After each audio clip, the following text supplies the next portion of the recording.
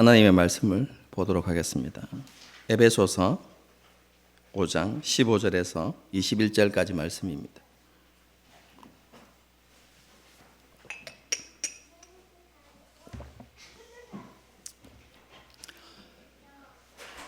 에베소서 5장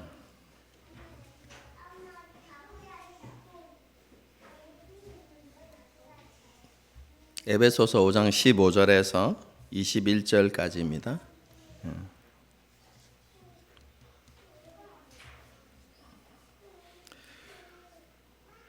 한 절씩 교독하시겠습니다. 제가 먼저 읽습니다.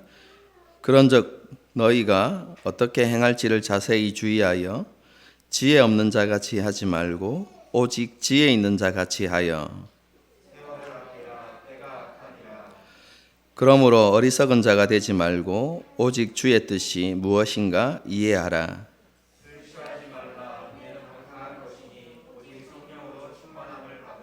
시와 찬송과 신령한 노래들로 서로 화답하며 너희의 마음으로 주께 노래하며 찬송하며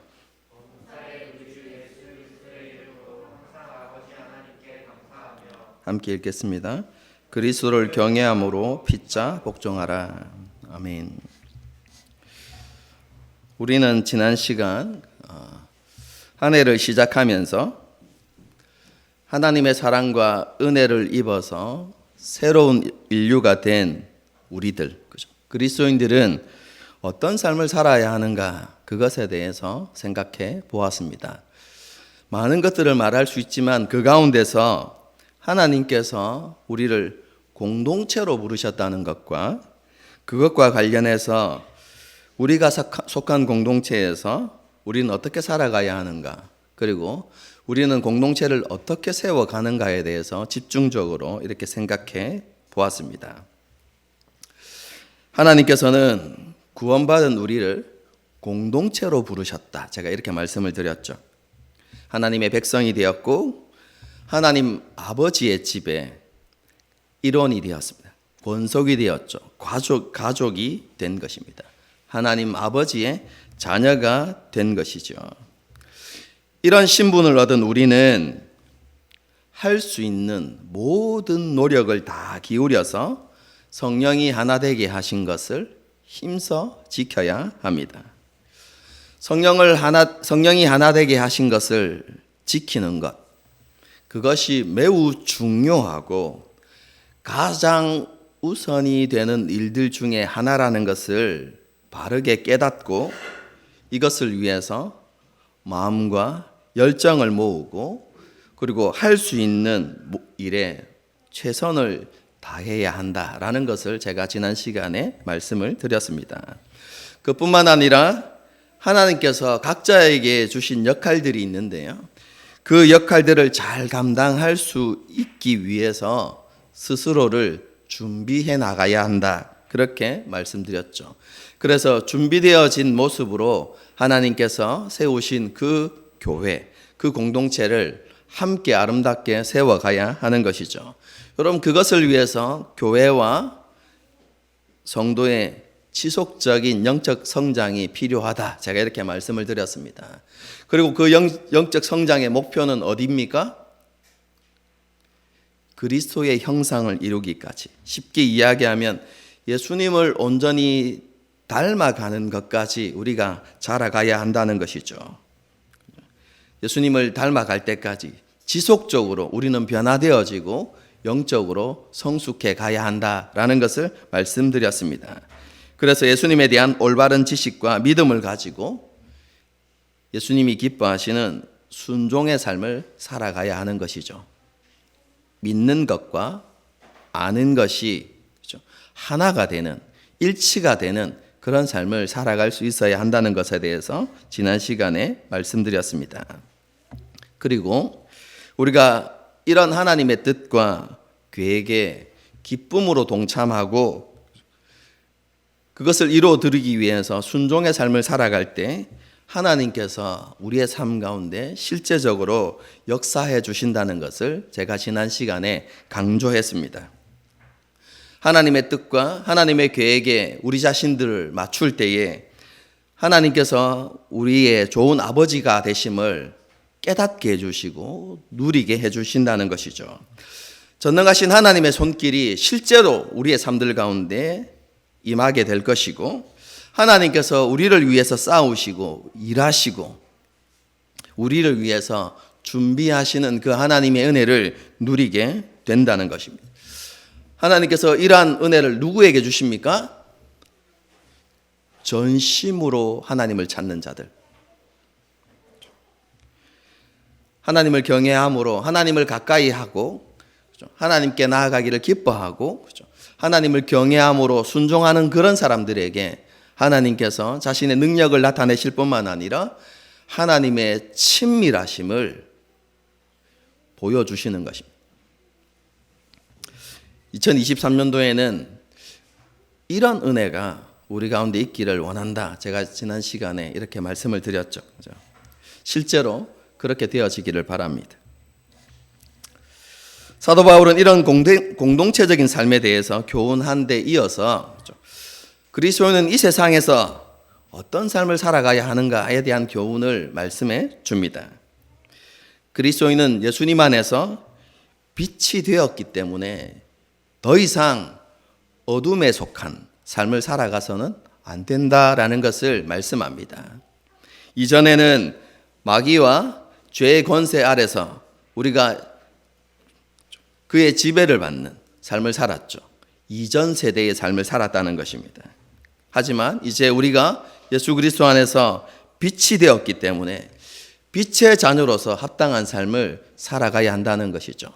오늘은 이것에 대해서 강조하는 설교가 아니기 때문에 더 자세하게는 말씀드리지 않겠지만, 어쨌든 우리가 빛의 자녀이기 때문에 어둠에 속한 생각들이나 욕망들이 우리 가운데 있지 않아야 한다는 것이죠.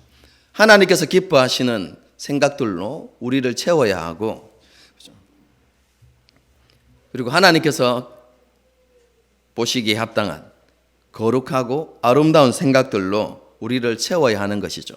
하나님의 은혜와 사랑으로 우리를 충만하게 채워나가서 그 은혜와 사랑에 감사하는 삶을 살아가야 한다라는 것을 사도 바울이 강조합니다. 그래서 그런 삶을 통해서 빛의 열매를 맺어야 한다는 것이죠. 여러분, 빛의 열매가 무엇일까요? 많은 것들을 이야기할 수 있지만 에베소서에서 이야기하는 그 삶을 간단하게 요약하면 모든 선함과, 그래서 그리스도인은 세상 사람들보다 저 사람들은 참 좋은 사람들이다, 착한 사람들이다 라는 이야기를 들어야 한다는 것이죠. 모든 선함과 그리고 모든 의로움과. 그래서 세상 사람들이 그리스도인들을 보기에 그리스도인들은 진실한 사람들이구나, 그들에게는 거짓이 없구나 라는 것을 세상 사람들로 알게 해야 된다는 것이죠. 그렇죠? 그래서 모든 선함과 의로움과 진실함을 맺는 그런 삶을 살아가야 한다라는 것을 강조하는 것이죠. 이 세상의 일에, 어둠의 일에 동참하는 것이 아니라 그것이 옳지 않다는 것을 세상 가운데 드러내고 하나님 보시기에 죄악된 모습을 폭로할 수 있는, 무엇을 통해서요? 우리의 구별되어지고 거룩하고 옳고 선한 삶을 통해서. 여러분, 그런 삶을 통해서 그들이 살아가는 어둠의 삶이 잘못되었다는 것을 보여줄 수 있는 그런 삶을 살아가는 것이 빛의 자녀로서 합당한 삶이다라는 것을 사도 바울이 우리에게 말씀해 주고 있습니다. 여러분, 이런 빛된 삶을 살기 위해서는요, 사도 바울이 우리에게 지혜가 있어야 한다. 다르게 표현하면 우리가 이 세상에서 지혜로운 삶을 살아가야 한다라는 것을 말씀합니다. 여러분, 그런데 여기에서 말하는 지혜로운 삶은 두 가지로 요약할 수 있습니다. 첫 번째는 세월을 아끼는 것이고요. 두 번째는 주의 뜻이 무엇인지 이해하는 것입니다. 먼저 세월을 아낀다는 것에 대해서 제가 먼저 설명드리겠습니다. 일반적인 이해는 무엇입니까? 세월을 아낀다. 우리의 인생은 한 번뿐이기 때문에, 그죠? 지나간 시간은 돌아오지 않기 때문에 시간의 소중함을 알고 시간을 헛되이 낭비하지 않고 최대한 잘 활용하는 삶을 살아야 한다. 하루하루 최선을 다해서 살아가야 한다. 일반적으로 그렇게 이해하죠. 여러분, 그런 의미가 없다 이렇게 말씀드릴 수는 없지만, 여러분, 에베소서에서 세월을 아끼라는 의미는 그것보다 더 중요한 의미가 있습니다. 여러분, 이것은 원어 그대로 이야기하면요, 기회를 대속하라라는 의미입니다. 문자대로 해석하면 세월을 아끼라, 시간을 아끼라가 아니라 기회를 속량하라, 대속해야 한다라는 의미입니다. 이것은 그리스도인이 빛의 자녀로서 사명을 감당하려면 자신에게 주어진 기회를 잘 이용해야 한다라는 의미입니다. 좀 더 구체적으로 이야기하자면요, 하나님의 사랑과 하나님의 은혜, 하나님의 긍휼을 나타내고 선한 일을 할 수 있는 그런 기회가 왔을 때 그 기회를 놓치지 말고 어떠한 대가를 치르더라도 그 기회를 이용해서 하나님을 드러내고 하나님의 사랑을 드러내고 그리고 선한 하나님께서 기뻐하시는 빛의 열매를 맺기 위해서 노력하는 삶을 살아야 한다. 여러분, 이게 세월을 아끼라라는 의미입니다.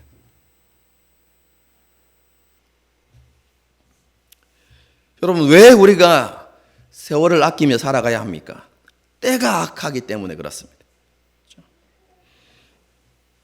세상 사람들은 아직도 여전히 마귀와 죄의 권세 아래서 신음하며 살아가고 있습니다. 자신의 욕망과 자신의 생각이 옳다고 생각하면서 살아가고 있죠. 여러분, 그런데 그 마지막이 무엇입니까? 하나님의 진노와 심판입니다. 그들은 지금 멸망을 향해서 질주해 가고 있죠.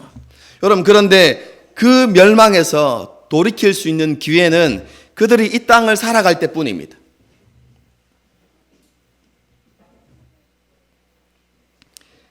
그렇기 때문에 그리스도는요, 자신에게 주어진 기회들을 잘 활용해서 그들에게 하나님을 나타낼 수 있는, 하나님의 사랑과 은혜를 나타낼 수 있는 여러분, 그런 삶을 살아가려고 노력해야 된다는 것이죠. 여러분, 그리고 그러한 기회가 우리에게 주어졌을 때 다음에 하지. 여러분, 그렇게 하는 것이 아니라 어떠한 대가를 치러서라도, 대가를 지불해서라도 그 기회를 살아가는 것입니다. 그 기회를 활용해서 하나님의 사랑과 은혜를 나타내는 그런 삶을 살아가야 한다. 여러분, 그것이 지혜로운 삶이다라고 성경이 우리에게 가르치고 있어요.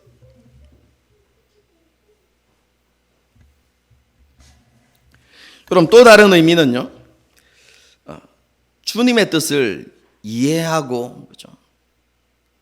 그 뜻에 순종하는 삶을 살아가는 것. 여러분, 이것이 지혜로운 삶입니다. 여러분, 주의 뜻이 무엇일까요?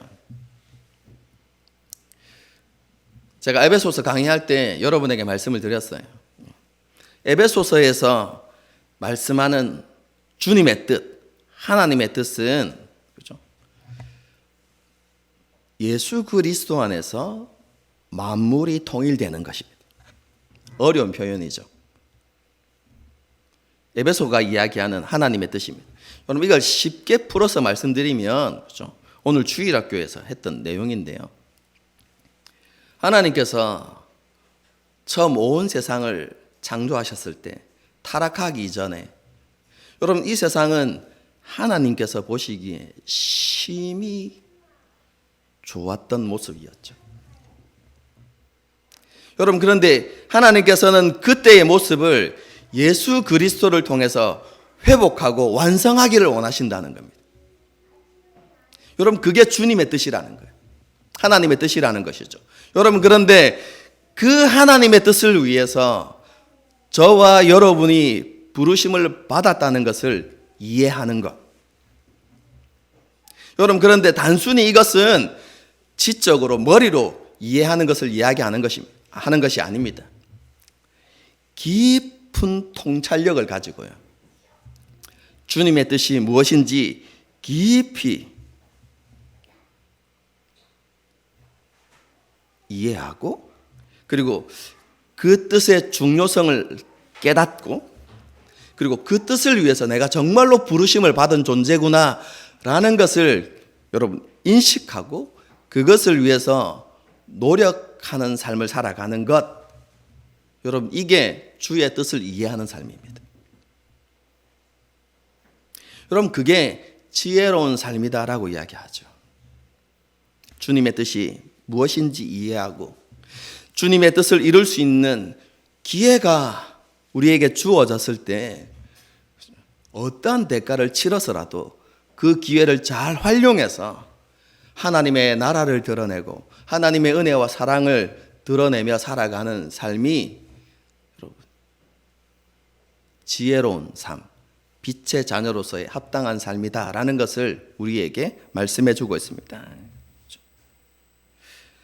그러면 우리가 이 악한 세대 가운데서 여러분 어떻게 이런 삶을 살아갈 수 있을까요?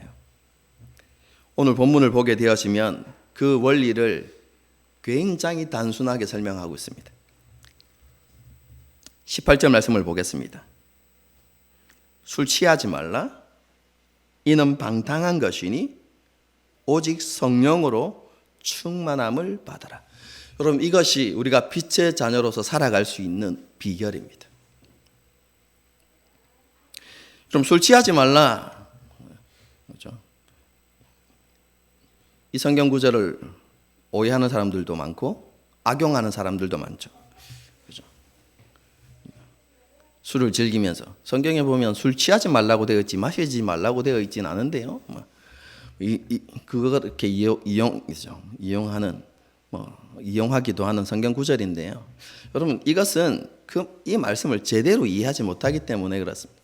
여기서 술 취하지 말라고 이야기하는 것은 그냥 술을 부어라 마셔라 이렇게 해서 인사불성이 되지 마라. 그래 술에 쩔어 있는 알코올 중독자의 삶을 살아가지 말라 이런 의미가 아닙니다. 여러분 여기서 술 취하지 말라는 것은 성령 충만한 삶의 반대말입니다. 여러분 성령 충만한 삶이 어떤 삶이죠?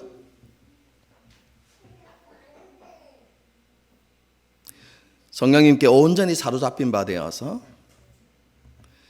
성령님의 이끄심을 따라서 성령님의 감동하심을 따라서 성령님께 순종하는 삶을 살아가는 것, 성령님께 주도권을 드리는 삶, 여러분 이게 성령 충만한 삶입니다. 반대말은 뭡니까? 성령님의 이끄심과 관계없는 삶, 성령님께 주도권을 드리는 삶이 아니라 스스로가 주도권을 가진 삶. 그래서 자신의 생각과 자신의 욕망을 따라서 살아가는 삶. 여러분 이것을 상징적으로 여러분 표현한 거예요. 술 취한 거. 여러분 술 취하면 어떻게 되죠? 판단력이 흐려지고. 그죠? 이성적이지 못하고 절제가 되지 않는. 여러분 그래서 욕망에 사로잡히는, 욕망이 이끄는 대로 그렇게 살아가는 여러분 그런 삶의 모습으로 나타나죠. 그렇죠? 이것이 성령 충만과 반대되어지는 모습인 것이죠. 자신의 욕망과 자신의 판단과 자신의 생각을 쫓아서 그렇게 살아가지 말고 어떻게 살아가라고요? 성령으로 충만해지십시오. 성령에 사로잡혀서 성령이 이끄시는 대로 여러분이 그렇게 살아간다면 여러분은 이 땅에서 참으로 빛된 자녀의 삶을 살아갈 수 있습니다. 라고 그렇게 말씀해 주고 있는 것이죠. 여러분 그렇게 우리가 성령으로 충만할 때 그 충만함이 공동체 안에서 여러분 어떻게 나타납니까? 그게 이제 19절 이하의 말씀인데요. 제가 읽어드리겠습니다. 시와 찬송과 신령한 노래들로 서로 화답하며 너희의 마음으로 주께 노래하며 찬송하며 범사에 우리 주 예수 그리스도의 이름으로 항상 아버지 하나님께 감사하며 그리스도를 경외함으로 피차 복종하라 이렇게 되어 있죠. 여러분, 이게 성령 충만했을 때 나타나는 공동체 안에 나타나는 모든 모습은 아니지만 매우 중요한 특징이 된다는 것이죠. 여러분, 첫 번째는 무엇입니까? 시와 찬송과 신령한 노래들로 서로 화답한다 이렇게 되어 있죠. 그렇죠. 시와 찬송과 신령한 노래는 각각 다른 게 아니라 하나님과 예수님을 영화롭게 하고 높이는 찬양들을 이야기합니다. 그럼 굳이 억지로 이렇게 구분하자면 시는 시편 찬송을 이야기합니다.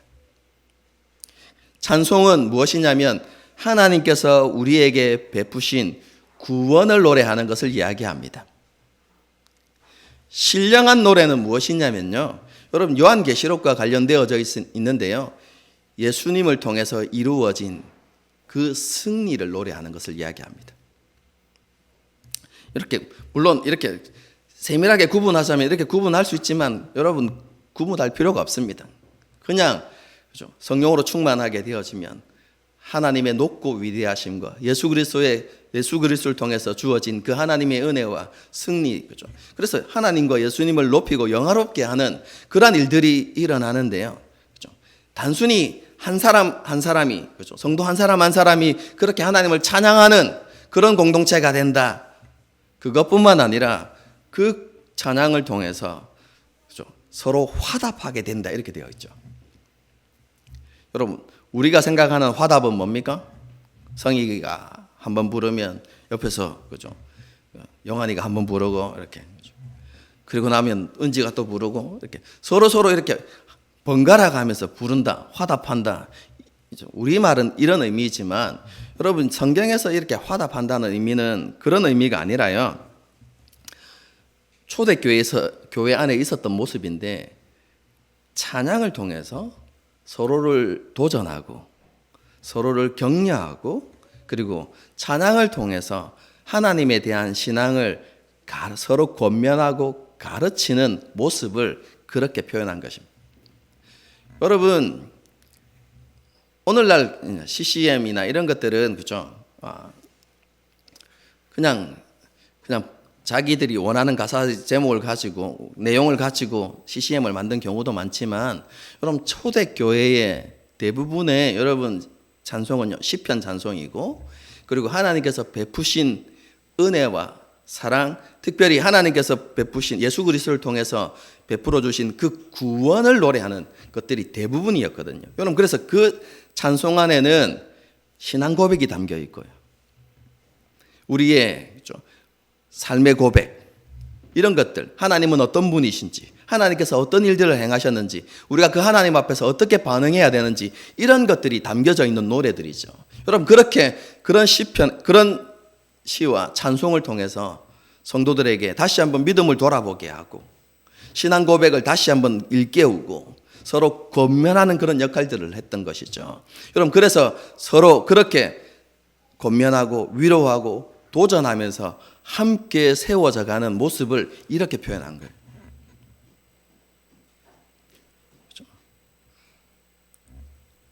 그런데 그렇게 찬양할 때 두 번째 어떻게 됩니까? 그냥 형식적으로 습관적으로 하는 것이 아니라 마음으로 주께 노래하고 찬양하게 된다는 것이죠. 여러분, 하나님 앞에서 신앙을 고백하면서 찬양하는데 마음을 다해서, 그죠? 신령과 진정으로, 그리고 자신의 진실된 신앙 고백을 담아서 하나님을 찬양하게 되어지는, 여러분 그렇게 찬양하게 되어질 때 그 찬양이 다른 사람의 심금을 울리고 도전이 되어지고 때로는 위로가 되어지고 권면이 되어질 수 있는 것이죠. 이러한 일들이 성령 충만에 했을 때 공동체 안에 일어나는 모습이라고 이야기하는 것이죠. 여러분, 그리고 세 번째는요, 그리스도인들이 모든 일에 항상 감사하게 된다고 표현되어져 있습니다. 성령 충만할 때 아까도 모든 것이 하나님의 은혜라는 것을 여러분 그렇게 생각하면서 범사에 감사하게 되어지는 것이죠. 그리고 그 감사가 더욱더 깊어지면 힘들고 어려울 때도 감사하게 되어지고, 심지어 가난하게 되어졌을 때도 감사하게 되어지는, 시련과 고통이 있을 때에도 감사하게 되어지는 그런 모습이 우리 삶들 가운데 나타나게 되는데, 그것이 성령으로 충만할 때 이루어지는 일들이다라고 말하는 것이죠. 그리고 마지막은요, 그리스도를 경외함으로 피차 복종하게 되어진다라고 이렇게 되어 있습니다. 제가 늘 강조하는 표현이 있죠. 성령 충만하게 되어지면, 그럼 정말로 성령 충만하게 되어지면 그 사람을 통해서 예수님의 성품이 드러나게 되어 있습니다. 예수님의 성품이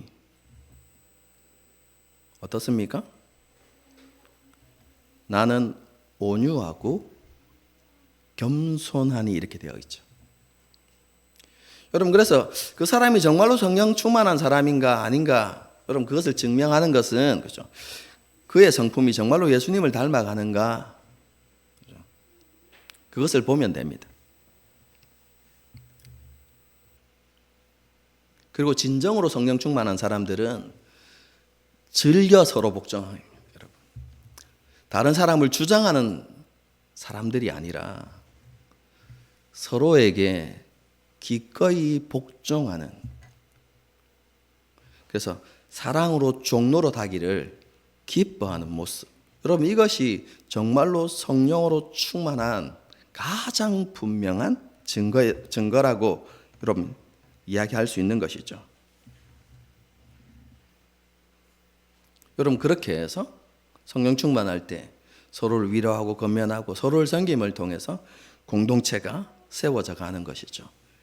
지난 시간에 이야기했던 것처럼 성령이 하나 되게 하신 것을 힘써 지켜 나갈 수 있게 되는 것이죠. 여러분, 그렇기 때문에 우리가 하나님의 처소로 함께 지어져 가는 교회, 그래서 성령이 하나 되게 하신 걸 힘써 지키고, 그리고 우리에게 주어진 역할들을 잘 감당하기 위해서, 우리를 준비시켜 나가기 위해서 정말로 우리 안에 있어야 하는 것이 무엇인가?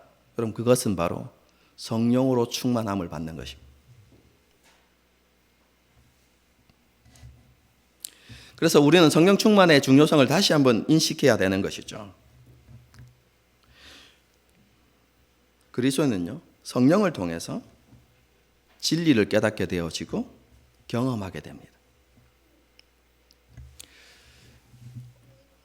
오늘 본문에 제가 담겨진 이렇게 넣은 내용은 아닌데요, 그냥 말씀을 좀 드리면 좋을 것 같아요.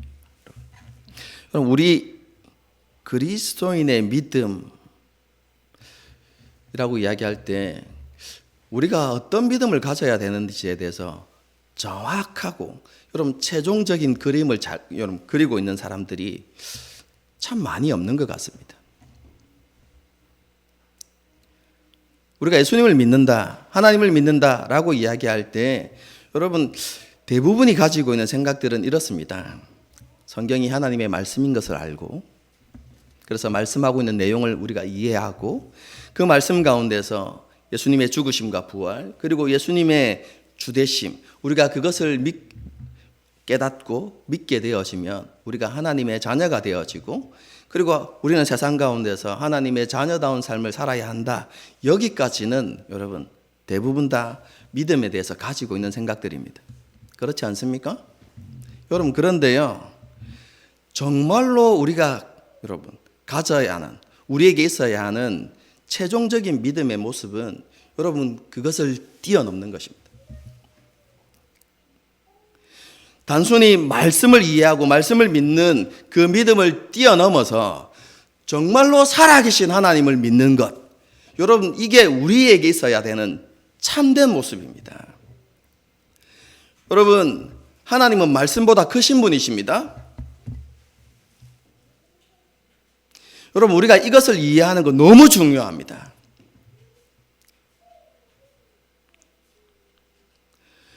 여러분, 하나님이 말씀보다 크다라는 여러분 그런 확신과 분명한 이해가 없는 사람들은요, 삶에서 하나님을 제한하는 경우가 너무 많이 생겨납니다.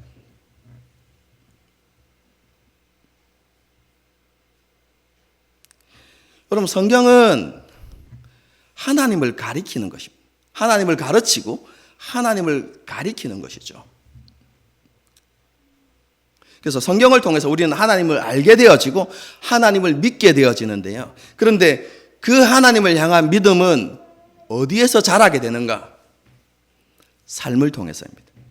삶 가운데 역사하시는 하나님을 통해서 우리는 하나님의 살아계심을 알게 되어지고 하나님의 능력을 알게 되어지고 하나님의 크심을 알게 되어지는 것이죠.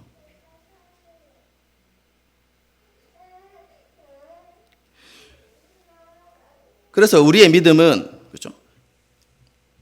단순히 하나님을 알고 이해하는 믿음이 아니라 아브라함처럼 모세처럼 다윗처럼 실제로 삶 가운데 역사하십니다. 살아서 역사하시는 하나님, 그리고 우리의 삶들 가운데 하나님의 뜻을 이루어 가시는 그 하나님의 역사들, 그리고 그것을 위해서 하나님께서 여러분 역사를 움직이시기도 하고 사람을 변화시키시기도 하고 여러분 이렇게 역사하는 하나님, 여러분 그래서 그런 하나님 삶을 통해서 하나님을 만남으로 참된 하나님을 알아가는 것, 여러분 이것이 우리가 이르러야 하는 믿음의 목표입니다. 여러분 그런데 그런 삶에 이르게 하는 것이 무엇이냐면 성령으로 충만해지는 것입니다.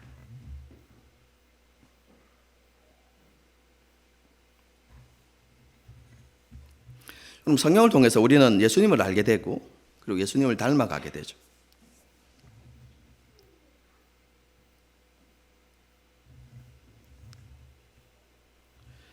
그리고 악으로 가득한 세상 속에서 지혜로운 삶을 살아가게 하는 것이 바로 성령 충만입니다. 공중권세 잡은 자들이 그렇죠? 여전히 유혹하고 우리를 시험하는 이 세상 속에서 우리가 끝까지 믿음을 지키고 하나님을 신뢰하는 그리고 하나님과 동행하는 삶을 살아가기 위해서 우리에게 성령 충만이 우리에게 정말로 필요한 것이죠. 여러분 우리 교회의 목표가 그겁니다. 여러분 다른 게 아니라 정말로 성령 충만함을 통해서 하나님을 신뢰하고 삶 속에서 하나님의 크심을 경험하고 하나님의 어떠하심을 누려가는 것. 저는 우리 교회에 속한 성도 한 사람 한 사람이 그렇게 세워지기를 기대하고 그것을 위해서 작년부터 셀장 모임을 시작했습니다.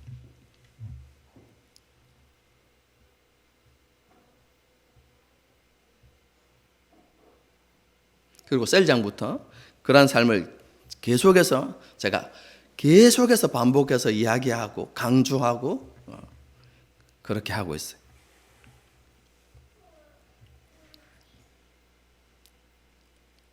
여러분 이런 우리 교회의 목표를 이루기 위해서 성령 충만이 우리에게 너무나 중요하고 반드시 있어야만 하는 것입니다. 우리가 성령으로 충만할 때 그렇죠? 우리의 욕망과 우리의 생각과 우리가 옳다고 생각하는 판단을 내려놓고 주님께서 주신 사명을 붙들고 주의 뜻을 이해하고 빛의 열매를 맺는 그런 삶을 살아갈 수 있게 되는 것이죠. 성령께서 우리가 그렇게 살아갈 수 있는 능력을 우리에게 허락해 주시는 것입니다. 그렇다면 어떻게 성령 충만함을 우리가 누려갈 수 있을까요? 지극히 단순합니다. 가장 중요한 것은 기도에 무릎을 세우는 것입니다. 기도 없는 성령 충만은 없습니다.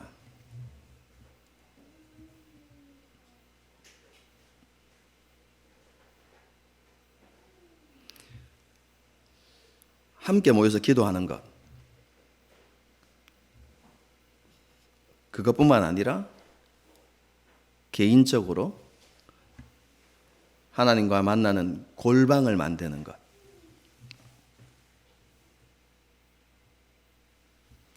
그럼 두 가지가 함께 있어야만 합니다.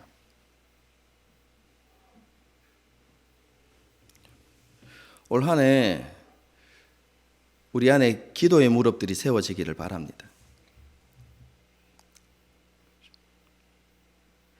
물론 이제 어린 아이들이, 아기들이, 그죠? 자녀가 어린 경우에는 참 힘들어요. 이게 개인적인 시간을 내어서 기도한다는 거 정말로 힘들다는 거, 그죠? 알고 있습니다. 그죠? 그래서 우리 책을 보면 원론적으로는 이렇게 이야기해요. 원론적으로 이야기하는 겁니다. 책에는 남편이 아이를 보고 아내가 기도할 수 있는 시간을 만들어주고, 그리고 바꾸어서 또 아내가 자녀들을 보고 남편이 하나님께 기도할 수 있는 시간을 서로 배려하면서 만들어주도록 해야 한다. 그럼 이게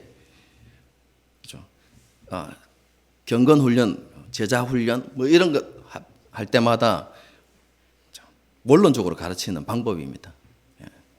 맞죠? 이론적으로는 맞습니다. 그렇게 할 수 있으면 너무 좋습니다. 그런데 자녀를 길러보면 불가능할 때가 많죠. 어떻게 해야 될까요? 저는 무시로 기도하는 법을 훈련하라고 말씀드리고 싶습니다. 하나님 우리의 중심을 아시잖아요. 여러분, 기도에 있어서 오랫동안 하나님께 집중하고 간절히 기도하는 거 정말로 중요합니다, 여러분. 여러분, 그렇게 기도할 때 기도를 통해서 하나님을 만나게 되고 경험하게 되어집니다. 그냥 이론적인 하나님이 아니라 기도 가운데 하나님을 만나게 돼요. 하나님을 직면하게 됩니다, 여러분. 여러분, 이런 기도는 정말로 깊은 기도, 오랜 기도를 통해서 이루어지는 겁니다. 그렇게 오래 기도하는 거 중요하죠. 그러면 시간이 없어서 짧게 기도할 할 수밖에 없는 사람들, 하나님 그런 사람들의 기도는 외면하십니까? 아니요. 하나님 우리의 상황을 너무 잘 아시잖아요. 여러분, 그래서 그냥 바쁘더라도 잠시 생각을 하나님께 돌려서 하나님 도와주십시오. 성령의 충만함을 더디벼 주십시오. 그럼 그렇게 집중해서 짧게 기도하고, 그럼 그렇게 하는, 무시로 하나님께 드리는 기도, 저는 훈련하는 것이 중요하다고 생각합니다. 하나님 그 기도도 들으십니다. 그렇죠?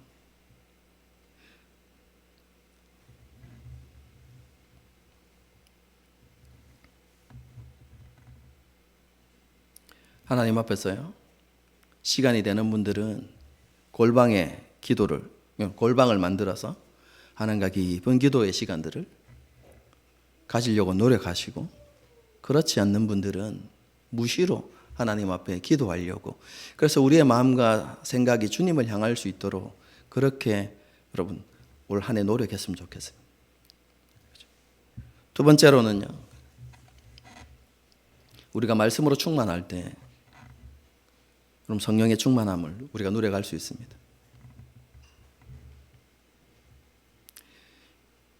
성령님은 진리의 영이십니다. 그래서 우리 안에 진리로 충만할 때, 진리의 말씀으로 충만할 때 그분도 충만하게 역사하시는 것이죠. 그럼 그래서 말씀을 읽고 묵상하는 시간들을 회복해 갑시다. 오늘부터 제가 셀장들에게 요구를 했어요. 되든 안 되든 간에 우리 경건일지, 우리 경건 보고서 적을 때 큐티 몇 번 했는지, 기도 몇 번 했는지 적어보라고. 그래서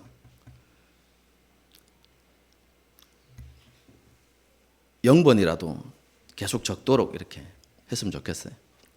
왜냐하면 그렇게 하다 보면, 그죠, 부담이 돼서 한 번이라도 하겠지, 그죠. 1년 내내 0번은 영번 적기는 좀 부끄럽잖아요, 그렇죠? 여러분, 어쨌든 이게 틀을 주면 그래도 어떻게 해보려고 하는 노력들이 생겨나니까요. 그래서 어쨌든 여러분들이 셀 모임할 때 경건 훈련 어떻게 했는지 좀 체크를 좀 했으면 좋겠어요. 여러분, 제조라고 하는 거 아닙니다. 여러분 아시죠? 여러분 그거 했다고 해서 저한테 무슨 좋은 일이 있겠어요? 있을 수는 있겠네요. 여러분들이 혹시 그거 하다가 하나님 만나가지고 여러분이 올바른 믿음의 사람으로 세워지면 그죠? 마지막 날에 칭찬 받을 수는 있겠네요. 그런 건 있지만 저한테 별로 유익되는 거 없잖아요. 제가 왜 여러분에게 이렇게 잔소리 하겠습니까? 설교해야 되는데 그죠? 잔소리하고 왜 이렇게 할까요? 그럼 그것이 정말로 하나님께서 원하시는 것이고 그것을 통해서 우리가 정말로 하나님께서 기뻐하시는 모습으로 그럼 변화되어지고 성장해 갈 수 있기 때문에 그런 것이죠.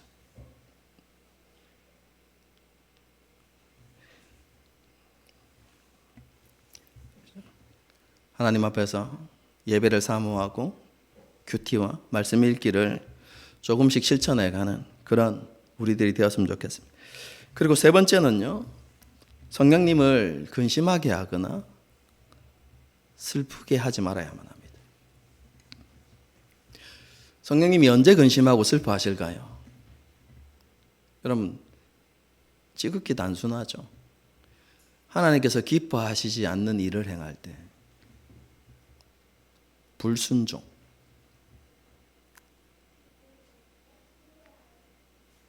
그렇죠?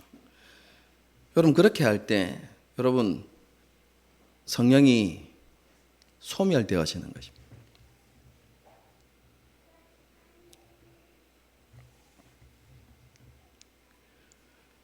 불순종할 때뿐만 아닙니다. 성령께서 우리에게 감동하시는 일들이 있습니다. 여러분 설교를 들을 때마다 하나님 앞에서 깨달아지는 게 있고 하나님 앞에 이렇게 살아야지. 여러분 그런 결단이 생겨나기도 하죠. 여러분 그것은 여러분 스스로 그런 생각들을 만들어낸 것이 아니라 말씀을 통해서 성령께서 역사하시는 것입니다. 성령께서 여러분을 감동하시는 것입니다. 우리를 감동하시는 것입니다.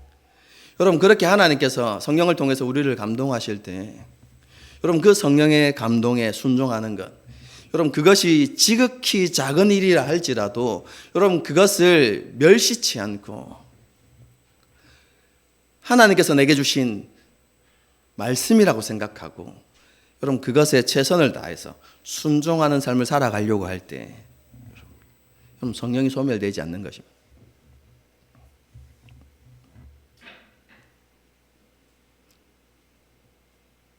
기도와 말씀으로 그리고 하나님께서 기뻐하시는 일들을 행해가고 성령의 감동하심에 순종하는 그런 일들을 해갈 때 그죠? 우리는 그죠? 성령의 충만한 그 은혜를 더욱더 풍성하게 누려갈 수 있게 되는 것이죠.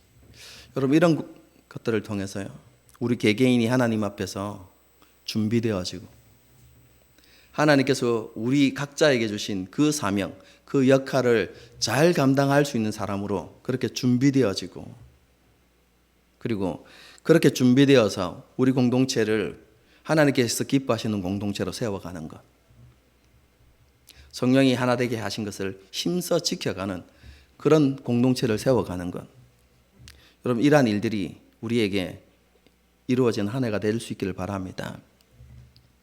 그래서 여러분 그렇게 하는 것 최종 목표가 뭐라고요?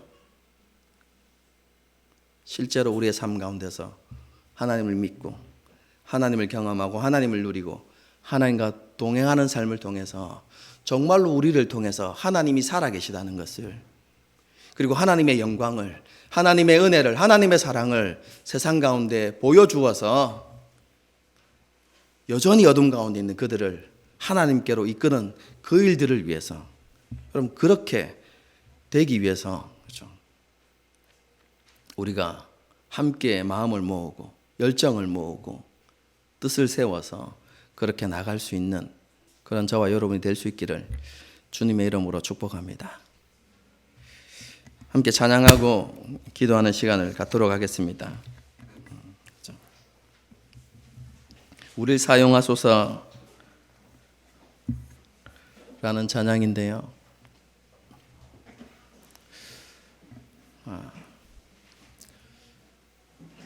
제가 믿고 확신하는 바입니다. 지난 주일에도 설교했지만요, 하나님의 뜻과 계획이 무엇인지 분명하게 깨닫고 그 뜻에 자신을 드리고,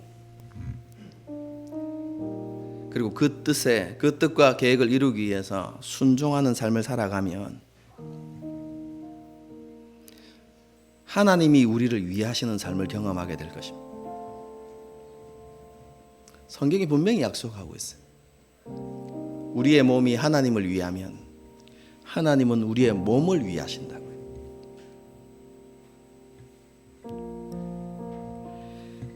정말로 되어지는 삶이 무엇인지를 알게 될 것입니다.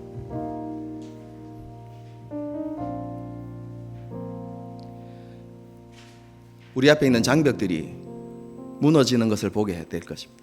아니, 그것을 뛰어넘게 하시는 하나님의 능력들을 경험하게 될 것입니다. 하나님 살아계십니다.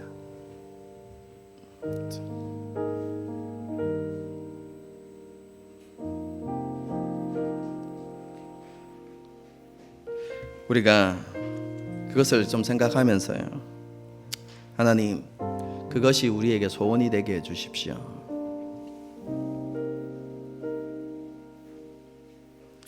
그런 고백을 가지고 이 찬양을 부르고요, 하나님 앞에 결단할 수 있었으면 좋겠습니다. 함께 찬양하시겠습니다.